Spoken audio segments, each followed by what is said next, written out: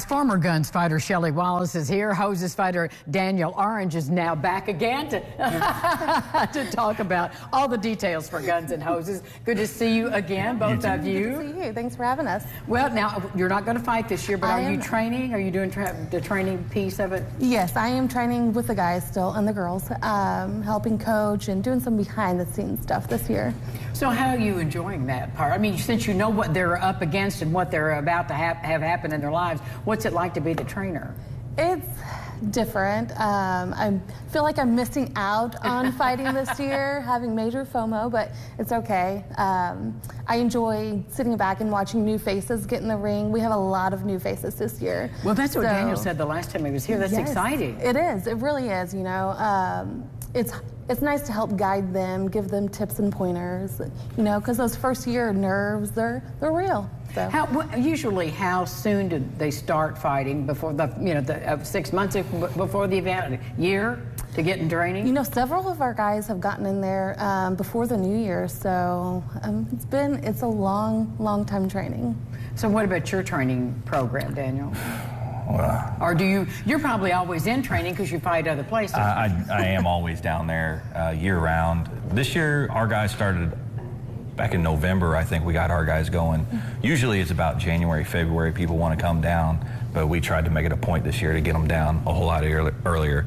And for all the new guys and all the guys with nerves, I like to just try and punch their nerves out of their face. I bet you could do it, too. Now, you are fighting this year. I am fighting. Have you already met your opponent? Yeah, we did an interview here a few weeks ago, a month or two ago. Robert Gibson, he's a Henderson detective.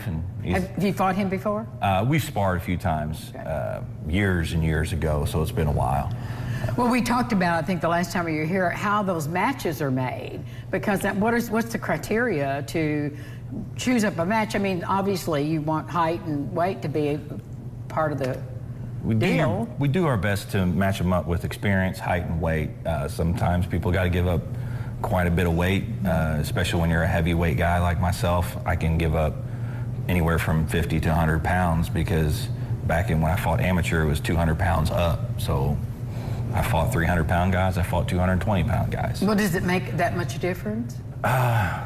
It makes a difference carrying it around whenever you're trying to fight and trying to move around the ring. Trying to move quicker, right? So what are the categories? Is it middleweight, lightweight, middleweight, We heavyweight, really don't have a weight class in Guns and Hoses. Just like, hey, this guy weighs this weight. Do you have someone who's same experience, same height, and then around the same weight?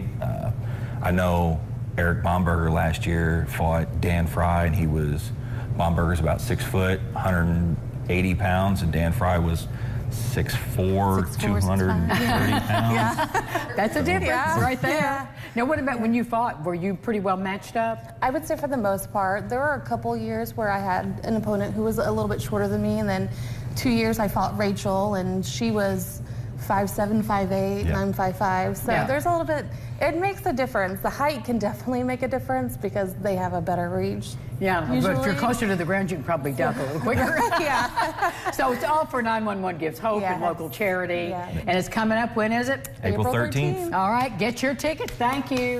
We'll be back with more Lifestyles. We're going to Burdett Park right now.